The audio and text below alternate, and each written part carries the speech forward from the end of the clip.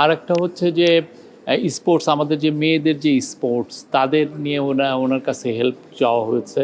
কারণ কাতার আপনি জানেন ওয়ার্ল্ডের এখন এই যে ওরা এই 2022 ওয়ার্ল্ড কাপের পরে তারা এখন one of the biggest sports destination ওয়ার্ল্ডের মধ্যে।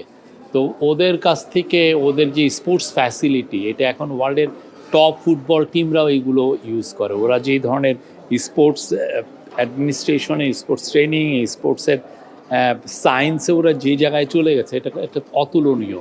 সেই যাতে কাতার যাতে বাংলাদেশের মেয়েদের স্পোর্টসকে যাতে হেল্প করে, তাদেরকে যেন আরও ট্রান্সফরমেশনের জন্য আরও পুরোপুরি সহায়তা করতে পারে, সেই জন্য কাতারের আমিরকে উনি বলেছেন।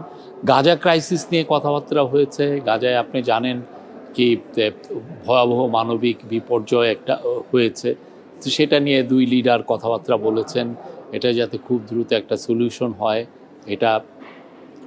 আর আমাদের তরফ থেকে অন্য আর মেজর ইস্যু আমি দেখছি এগুলোই মূলত ছিল।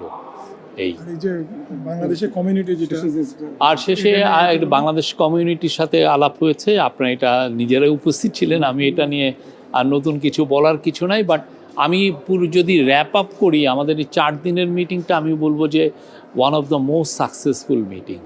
আমি এটাকে বলবো যে আমরা যে মিটিংটা চায়নাতে যেই মিটিংটা করেছি, যেই ট্যুরটা হয়েছে, আমি তার স্কেলে রাখবো। কারণ আপনি দেখেন উনি আসার পরের থেকে এই কাতারের এমন কোনো ব্যক্তি নাই যে যার সাথে ওনার আসলে দেখা হয় নাই। কাতারের আমির বিদেশে আছেন, উনি ট্রাভেলিংয়ে আছে বলে ওনার সাথে দেখা হচ্ছে না, কিন্তু কাতারের প্রাইম মিনিস্টার, কাতারের 2টা ডেপুটি প্রাইম মিনিস্টার, কাতারের কমার্স মিনিস্টার, কাতারের সিনিয়র অফিসিয়ালরা, কাতারের আমিরের মা শেখা মোজার উপর আপনি যদি গুগল করেন, উনি হচ্ছেন আরবের মোস্ট প্রমিনেন্ট এবং মোস্ট ইনফ্লুয়েন্সিয়াল আরব ওমেন। ওনার যে উনি সিঙ্গেল হ্যান্ডেডলি কাতারের যে কালচারাল সিনে উনি যে অবদান, এটা একটা অতুলনীয়। হ্যাঁ, তারপরে শেখা হিন্দের যে উনি কাতার ফাউন্ডেশনের সিইও। আর কাতার ফাউন্ডেশন আপনি দেখবেন যে ওয়ার্ল্ডের অনেক অনেক বড় বড় ইস্যুতে তাদের কন্ট্রিবিউশন আছে। এতে শেখা হিন্দের সাথে দেখা করেছেন। এছাড়া অন্যান্য অনেক ইনফ্লুয়েন্সিয়াল অফিসিয়াল অনেক, তারপরে আরেকটা বড় একটা বিষয় ছিল আমাদের হচ্ছে যে কিভাবে কাতারে যারা বিজনেস করেন এবং কাতারি যারা সরকারি বিজনেস প্রতিষ্ঠান, তাদেরকে কিভাবে ইনভাইট করে বাংলাদেশে ইনভেস্ট করার জন্য আহ্বান জানানো যায়, এবং সেই কাজটা উনি করে। কালকে উনি সিরিজ আকারে, আপনারা আমাদের প্রেস রিলিজগুলো দেখেছেন, সিরিজ আকারে মিটিং করেছেন। সেখানে বাংলাদেশি নন রেসিডেন্ট বাংলাদেশি যারা এখানে ভালো করছেন তাদের সাথে কথা হয়েছে।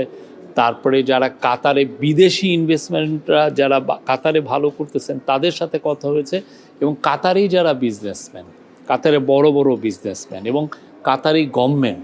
কাতারের সবচেয়ে বড় জিনিস যে কাতারের গভর্নমেন্টই অনেক বড় বড় কোম্পানিতে কাতারের যে ওদের যে গভর্নমেন্টের যে সভারেন ফান্ড আছে, তারা বড় বড় ওয়ার্ল্ডে যেমন স্পেস এক্স, টেসলা, এগুলোতে কাতারি গভর্নমেন্টের ফান্ডের, সভারেন ফান্ডের ইনভেস্টমেন্ট আছে বড় বড় ইয়েতে।